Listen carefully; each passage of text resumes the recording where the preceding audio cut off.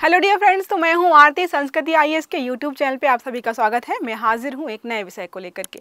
आज का हमारा टॉपिक है कि अमेरिका के राष्ट्रपति ने बोला है कि हमें हमारा यह जो भी पनामा नहर है वो वापस चाहिए। तो हम यहाँ पे ये समझने का प्रयास करेंगे कि ऐसे दावे जो है अमेरिका के राष्ट्रपति के द्वारा, जो डोनाल्ड ट्रंप है, नवनिर्मित जो है दोबारा से निर्वाचित किए गए हैं, उन्होंने ऐसे स्टेटमेंट दिए हैं और उन्होंने पूरा इतिहास यहाँ पे जो भी पनामा नहर का है ट्वीट के माध्यम से जो है शेयर भी किया है कि क्या क्या चीज़ें कैसे घटित हुई है।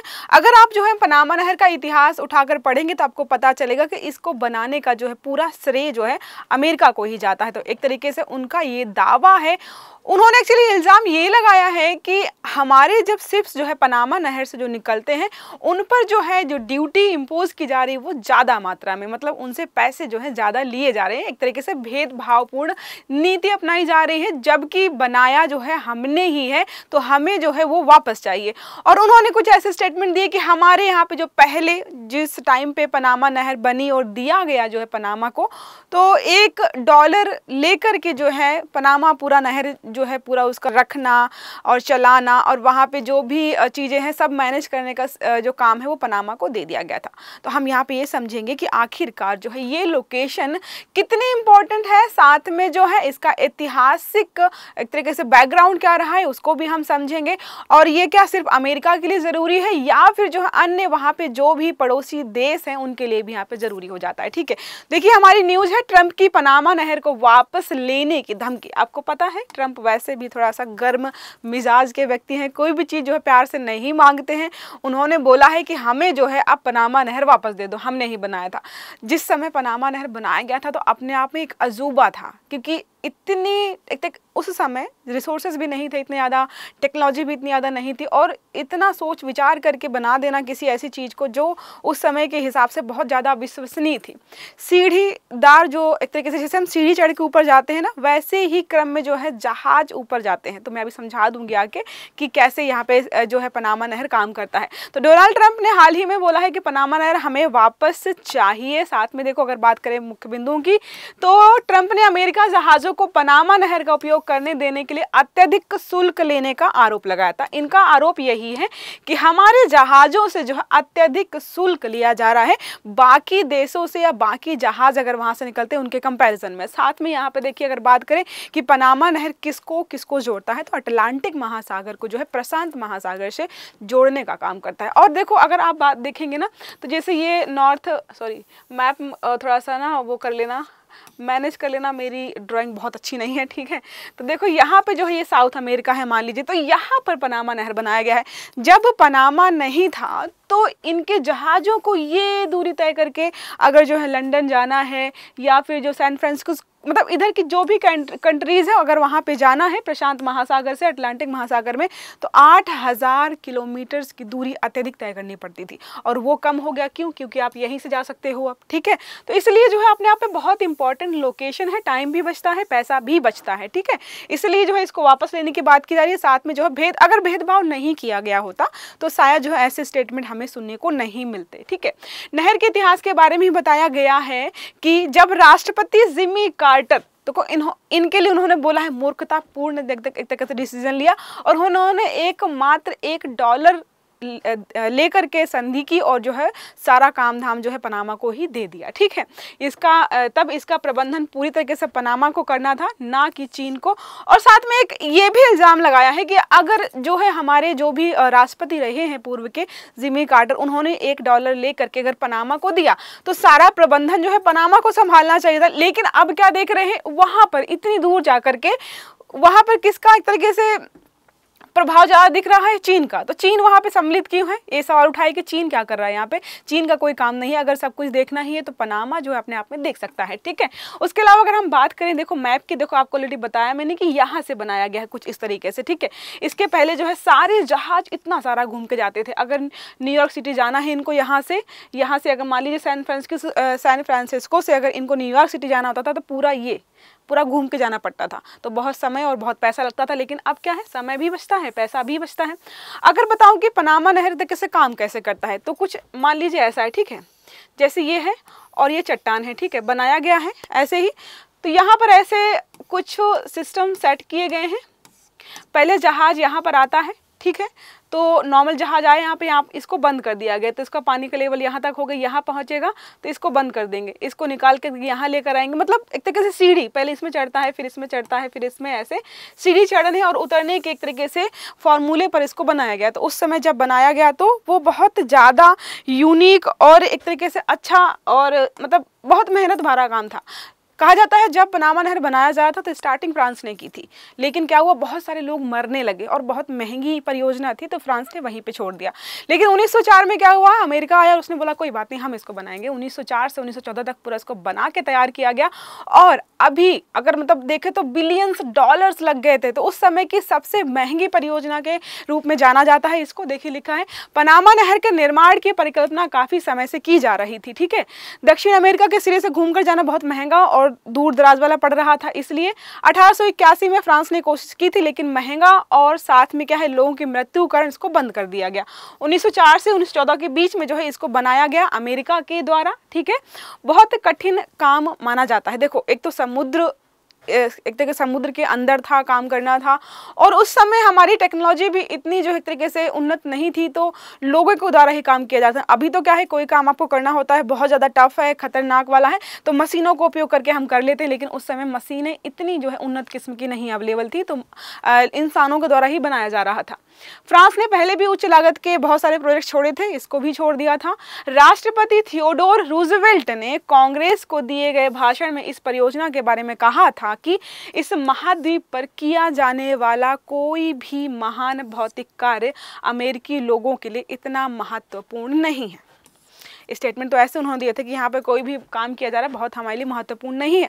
और सोचो आज के समय में इतना, मतलब कहा जाता है विश्व का जितना ट्रेड होता है उसका 6% जो है मात्र उसी पनामा नहर के माध्यम से होता है। वहाँ पे कितना सारा शुल्क वगैरह जो है पनामा को मिलता है, और भी जो देश संलग्न है वहाँ पे उनको मिल रहा है। और दूरदर्शिता के अभाव के कारण ही कह सकते हैं कि अमेरिका ने जो है उस समय जो है ये नहर का सारा संचालन का काम जो है पनामा को दे दिया, जबकि बनाया उसने खुद ने था। वर्ष 1903 तक कोलंबिया ने पनामा पर नियंत्रण रखा। तो 1903 तक जो है कोलंबिया ने जो है इस पर नियंत्रण रखा था। जब अमेरिका समर्थित तख्ता पलट ने पनामा को स्वतंत्रता दिलाने में मदद की, बदले में अमेरिका को 1903 की हे बुनो वारिला संधि के माध्यम से नहर बनाने और उसे चलाने के अधिकार यहाँ पर दिए गए। तो उसके पहले संचालन हो रहा था, लेकिन पूरी तरीके से बनाया नहीं गया। 1903 के बाद जो है सारे अधिकार जो है इन्हीं को दे दिए गए कि संचालन तुम ही कर लेना, बना भी तुम ही लेना।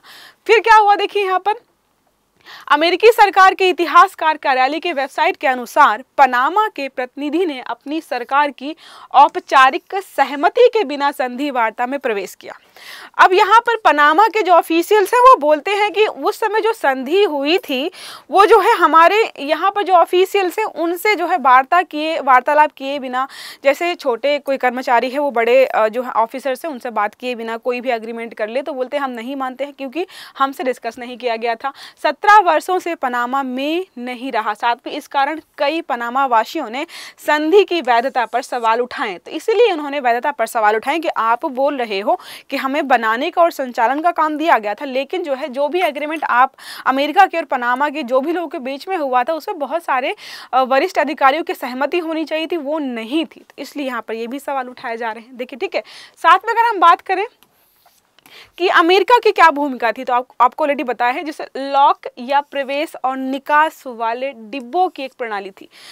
डिब्बे मतलब क्या है, जैसे पानी यहाँ पे भरा हुआ है, जहाज यहाँ पर आया, ठीक है, इसको लॉक कर देंगे तो पानी का स्तर जो है थोड़ा सा इसको लॉक करेंगे, और यहाँ पे एक मान लीजिए एक यहाँ पर, ठीक है, यहाँ पर भी एक बॉक्स है, ये भी लॉक है ऑलरेडी। जब जहाज यहाँ पर आए तो इसको लॉक कर दिया और इसको जो है नीचे खोल दिया, तो जो है जहाज थोड़ा सा ऊपर, क्योंकि इसका स्तर जो है पानी का यहाँ तक था, तो ऐसे जो है बॉक्स के माध्यम से जो ऊपर जाता है।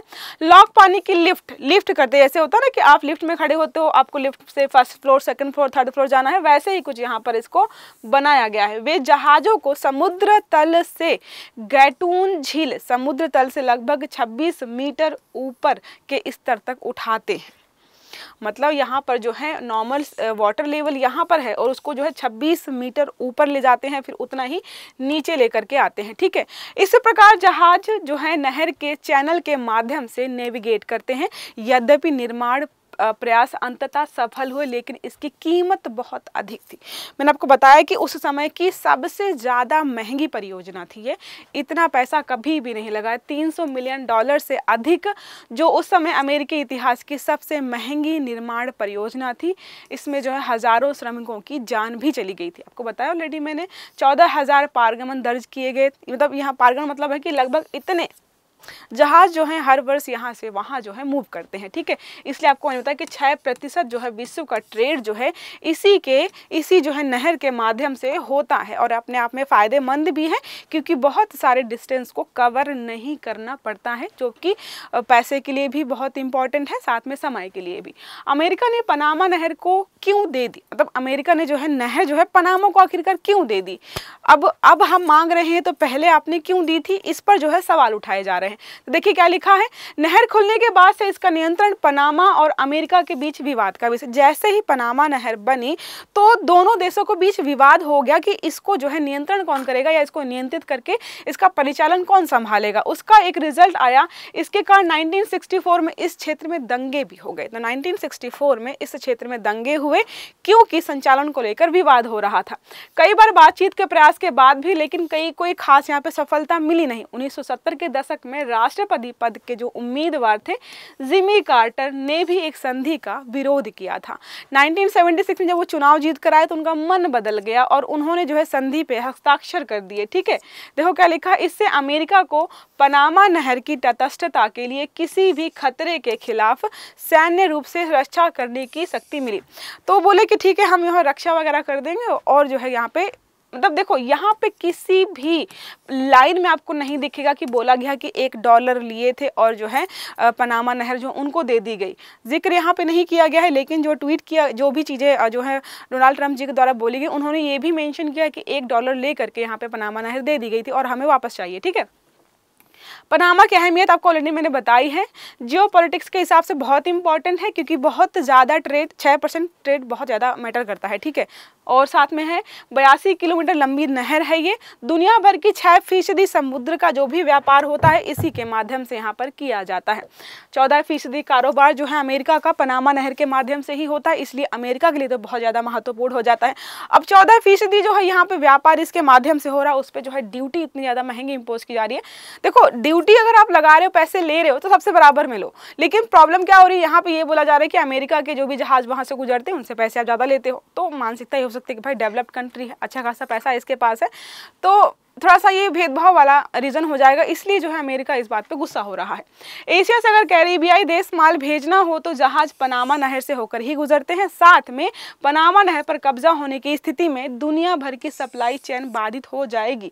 जैसे हमने कई बार सुना है कि अगर देश दुनिया में कहीं भी कुछ हो रहा है तो हमको लगता है भारत को क्या फर्क पड़ता, नहीं, दुनिया में कहीं भी कुछ भी हो रहा है ना, आपके देश को उससे प्रभाव पड़ेगा, क्योंकि हम जो है किसी ना किसी तरीके से किसी देश पर निर्भर हैं, किसी चीज़ के आयात को लेकर, किसी चीज़ के निर्यात को लेकर के। हम क्लोज्ड इकोनॉमी तो है नहीं, ओपन इकोनॉमी है। इसका मतलब है कि सब कुछ उत्पादन हम नहीं करते हैं अपने यहाँ पर, कुछ बाहर से लेकर के आते हैं और कुछ जो है बाहर के देशों को भेजते भी हैं। इसलिए अगर इस पर कब्जा हुआ तो बहुत सारी समस्याएं खड़ी हो जाएंगी।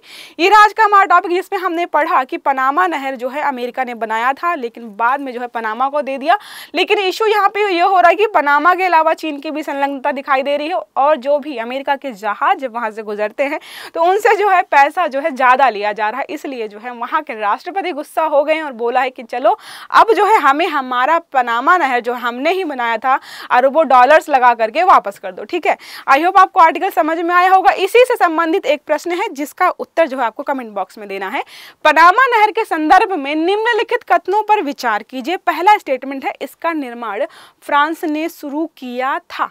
अब जिन्होंने ढंग से नहीं पढ़ा होगा उनको लगेगा नहीं अमेरिका ने बनाया था, नहीं, शुरू तो जो है फ्रांस ने ही किया था। गिव अप कर दिया उसने, उसको लगा बहुत सारे लोग मर रहे हैं, पैसा बहुत लगेगा, टेक्नोलॉजी बहुत हाई चाहिए, तो छोड़ दिया उसने, ठीक है। दूसरा स्टेटमेंट है, अटलांटिक महासागर और प्रशांत महासागर को ये नहर जोड़ती है। तो जो भी उत्तर है इसका प्लीज़ आप मुझे कमेंट बॉक्स में बताइएगा, ताकि मुझे लगे कि आपने पूरा वीडियो यहाँ लास्ट तक देखा है, ठीक है। तो अगर क्लास अच्छी लगी है तो लाइक करिएगा, चैनल को सब्सक्राइब करना मत भूलिएगा, बेल आइकन दबा के रखिएगा ताकि सारे वीडियो टाइम से मिले। अच्छे से पढ़िएगा। Have a good day. Thank you.